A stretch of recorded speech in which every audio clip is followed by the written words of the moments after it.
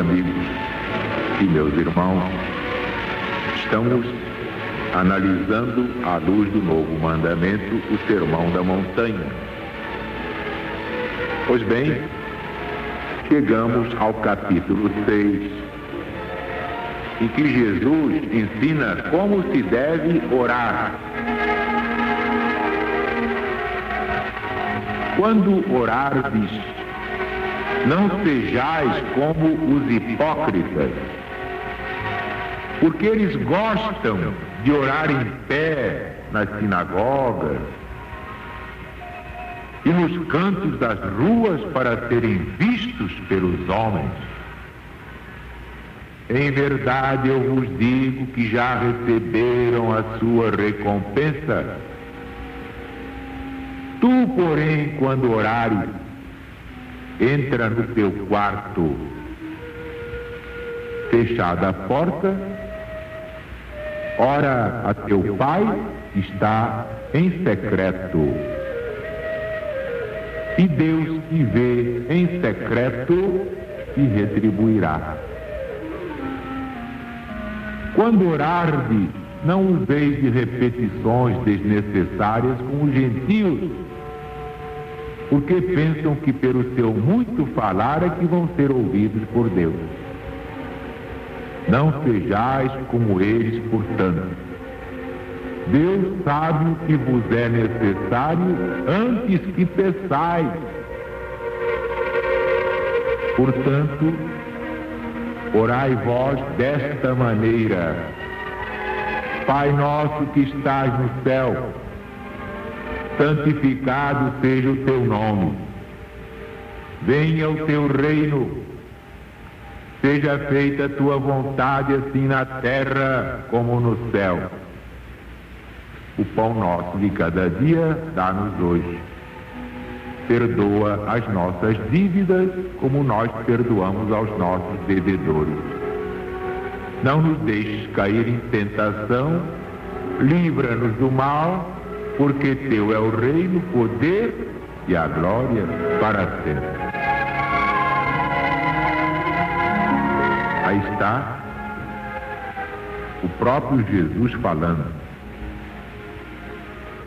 Tudo isso que eu venho dizendo na pregação LBV é, portanto, uma ampliação fiel deste pensamento, desta ordem de nosso Senhor e Mestre. Somos contra as rezas, isto é, orações decoradas. Ave Maria, cheia de graça, o Senhor é convosco, papapá, papapá, papapá, papapá. E aquilo sai mecanicamente, mas não do coração. A pessoa faz aquilo como uma obrigação, não como um prazer de falar diretamente com Deus. Ora, Jesus ensinou o homem a falar diretamente com Deus, por isso que ele diz: entra em teu quarto, fecha a porta, faz o silêncio e fala diretamente com o Pai. E deu um modelo de prece curtinha, curtinha, mas é a prece mais perfeita da humanidade, é o Pai Nosso.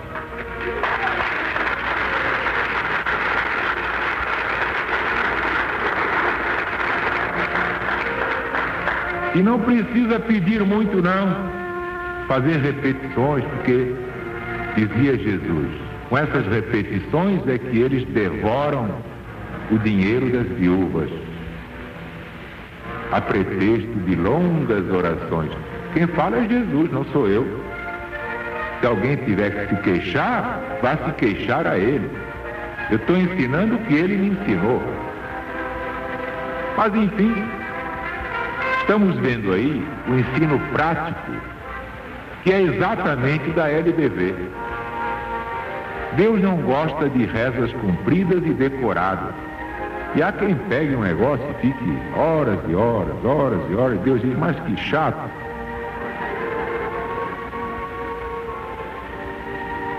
Não precisa nada disso. Quando quiseres orar, isto é, quando quiseres falar com o Pai, com Deus, entra no teu quarto, fecha a porta e fala em secreto, em segredo. Isto é, mentalmente, nem precisa falar, pensa. Eu, por exemplo, as minhas orações são curiosas. Eu já estou tão treinado nesse processo que nem preciso fechar os olhos. Eu apenas faço um trabalho preparatório, de limpeza, e vou direto ao assunto com a rapidez. Às vezes a minha prece é 1 segundo, 2 segundos, 3 segundos. Quer dizer, quando se trata de mim. Agora, pelos outros, eu sou capaz de demorar muito mais tempo. Eu, aliás, penso mais nos outros do que em mim.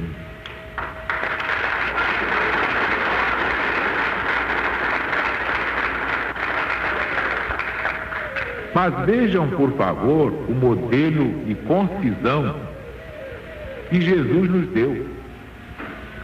E teu Pai, isto é, e Deus, que vê em segredo, te retribuirá, porque antes que peças alguma coisa, Deus já sabe de que é que estás precisando. Pois se uma pessoa já sabe, desde que saiba captar telepaticamente as ideias dos outros, quanto mais Deus, que é todo o poder, onisciente, onipresente. Outra coisa importante: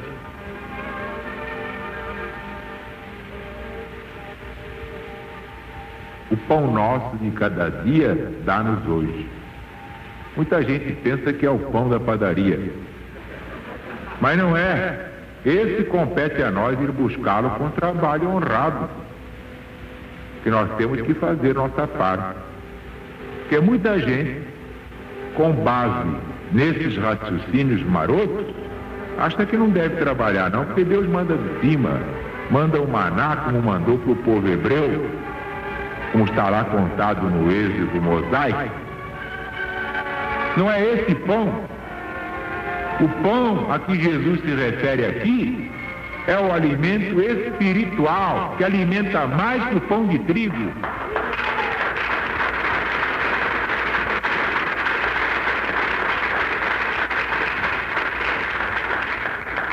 Conforme está no original grego, no Evangelho escrito em grego, antes de passar para o latim, para o português, para o italiano, este pão nosso de cada dia significa o pão transubstancial. Transcende a substância material, é a substância divina. É este o pão sem o qual não podemos viver. É o pão espiritual, é o alimento celestial que alimenta as nossas almas. Porque se o corpo se alimenta, mais razões tem o espírito para se alimentar.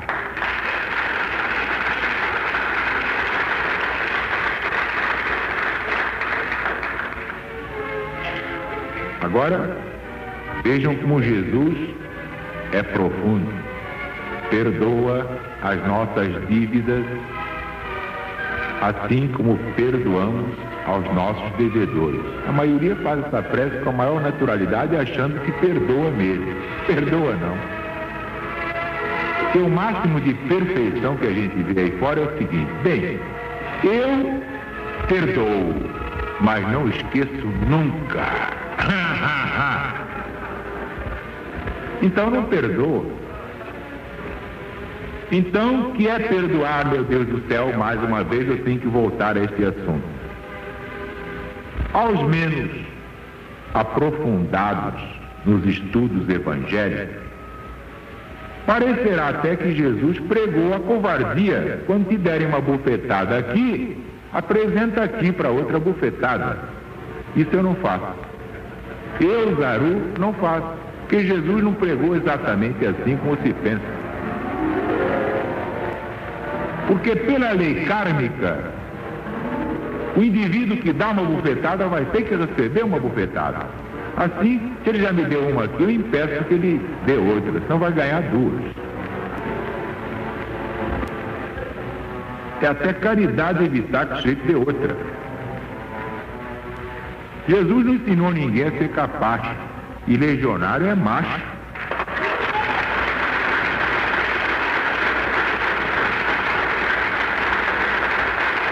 Não é covarde. Então o que é perdoar? Porque, como se prega por aí, o perdão é o maior estímulo à miséria moral de certas pessoas. É um perdão todo às avessas. Jesus não ensinou esse perdão. Jesus combatia um exagero com outro exagero, uma alegoria com outra alegoria. Ao olho por olho, dente por dente. O negócio era de arrancar o olho, era de arrancar dente. Então o negócio é o seguinte: perdoar não 7, mas 70 vezes 7. Para atingir o equilíbrio. Quer dizer, ninguém pode ser atendido por Deus se não sabe perdoar. Ninguém pode ser perdoado se não perdoar. Mas como é isso, afinal? A explicação mais clara em todos os tempos da humanidade é da LBV. Eu vou ensinar mais uma vez. Quem conhecer o Velho Testamento, quando o Senhor Deus falava pelos profetas, vai se lembrar daquela passagem do Crônicas, o livro das Crônicas, em que diz o Senhor Deus: não vos vingueis, a mim pertence a vingança. Aquietai-vos e vede a salvação do Senhor. O que é que significa isso?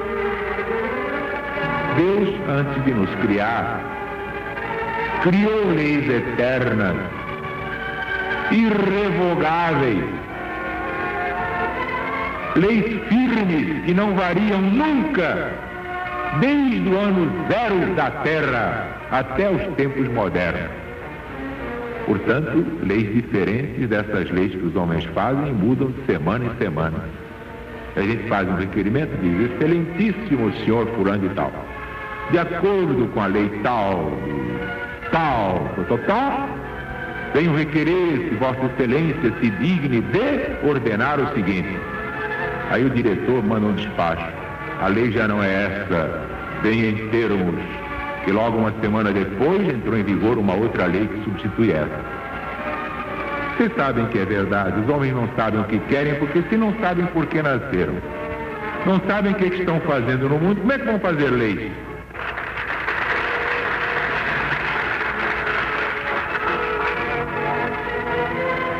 Meu Deus do céu, Deus é tão obediente que não revoga as suas leis. Chega a esse ponto: se uma criança se jogar do 10º andar, Deus não revoga a lei, a criança se esborracha. Deus então é mau? Não, a mãe é que foi má, devia policiar sua criança. Não entregar a criança a um irresponsável qualquer. É dever da mãe policiar o seu filho, do pai educar o seu filho. A responsabilidade é do pai perante Deus.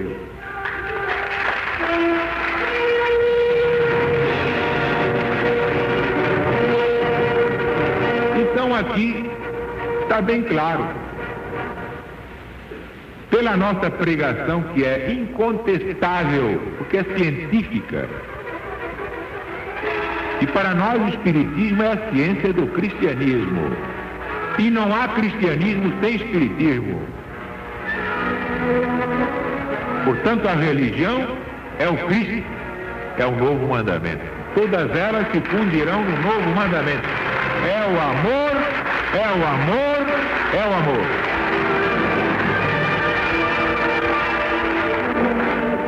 Na encíclica Pacem in Terris, o que é que disse o Papa João XXIII?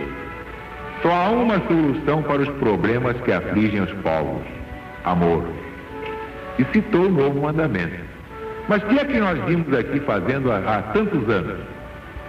Mostrando que só o amor salvará o homem.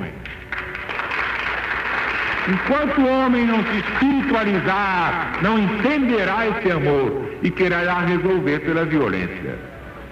A lei divina é da evolução.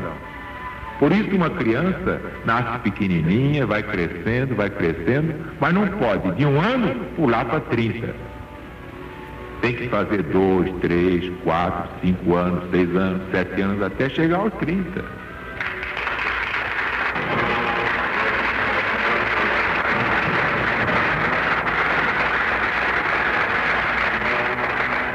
Então agora nós entendemos o perdão. O perdão é o homem não se arvorar em juízo do seu próximo.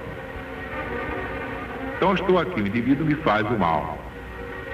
Se fere apenas a minha pessoa, eu digo: Senhor, descarrego este fardo no teu poder. Transfiro esta questão à tua justiça. Estou livre. Entregar o indivíduo a Deus, a Jesus, aos guias espirituais da humanidade. Não fazer justiça pelas próprias mãos. Isso é que é perdoar, é transferir a Deus o julgamento daquele que obra o mal, daquele que faz o mal, daquele que pratica o mal. Portanto, é muito diferente. Isso é que é perdoar, não é ser capacho. Vem uma pessoa, nos faz mal e a gente tem que se curvar, achar que está muito bem. Está não! Não está bem não. Tudo tem seu limite. Tudo tem sua hora. Deus também dá prazo. Mas aquilo que o homem semear, diz São Paulo apóstolo, terá de colher. A semeadura é livre, mas a colheita é obrigatória. Portanto, quem não perdoa não pode ser perdoado por Deus. Quem quiser fazer justiça pelas próprias mãos não vai ter o perdão de Deus. Por quê? Porque o indivíduo mata o sujeito, vai ser morto lá adiante. Mas se transferiu a Deus, ele vai ser morto por outro. Ou por um avião, por um caminhão. Vejam bem que coisa interessante. Perdoar é transferir a Deus o julgamento. Não é ser covarde, ser capacho de ninguém.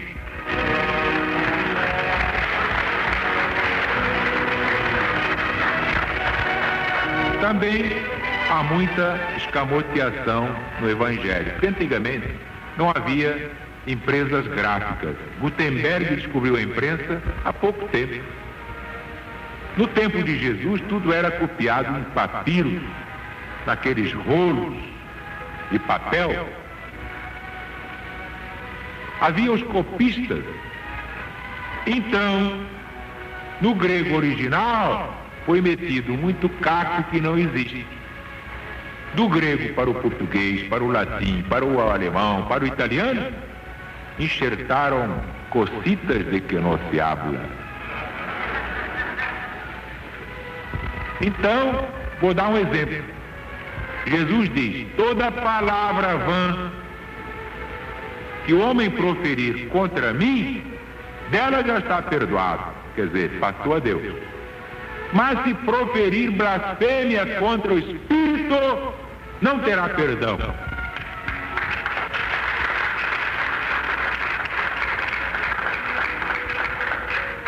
Como é que vamos entender isso? Muito simples. Os copistas acrescentaram Santo, Espírito Santo. Não é não. Não é não. Não é Espírito Santo, é Espírito, quer dizer Deus. Mas por que então Deus é vingativo? Não. Quem blasfemar contra o Espírito de Deus, isto é, não estará cumprindo as leis que lhe dão a tranquilidade, a paz e a felicidade. Não terá perdão porque terá de reencarnar para expiar os seus crimes. É diferente. E a Bíblia está cheia dessas escamoteações. Como é que eu sei? Sei porque eu estava lá. Conheço tudo isso. É preciso restaurar a palavra de Deus, sem o véu da letra, mas restaurando o pensamento exato do Cristo. Ele diz coisas absurdas e absolutamente não disse. Atribuem a ele o que quiseram que ele dissesse para mais facilmente dominar as almas. Essa que é a explicação. De modo que vocês já ficam sabendo. Perdoar é não guardar ódio de ninguém. Passa para Jesus, passa para Deus, passa para o São Jorge, passa para o Francisco de Assis e fique quieto e vai ver como é que ele vai terminar. Porque o homem faz o mal, mas vai comer fogo. Todo o mal que o homem fizer vai ter de receber de volta, queira ou não queira. Porque ninguém transgride a lei divina. Ninguém pode escapar ao choque de retorno. Tenhamos pena dos maus, que só os ignorantes conseguem ser maus. Esta é a pregação da LBV. Então viva a LBV! Viva o PDV! Viva o Brasil! Viva Jesus!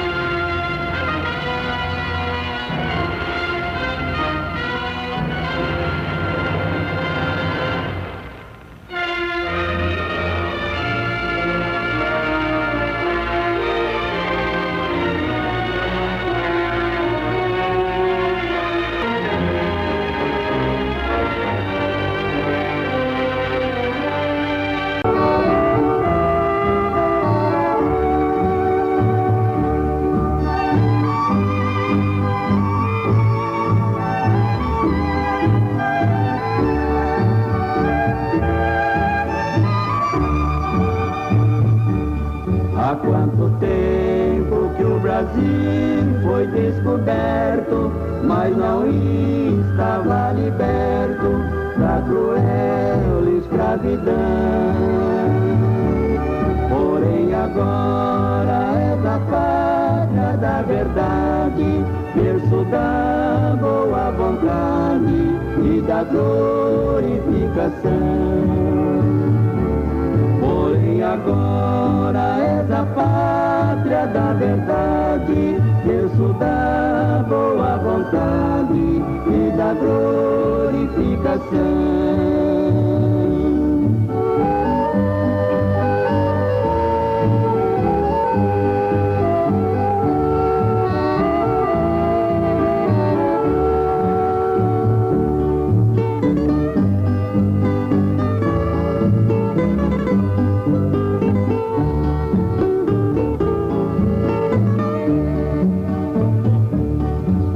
Brasil, meu gigante tão querido, que estava adormecido, sem ninguém o acordar.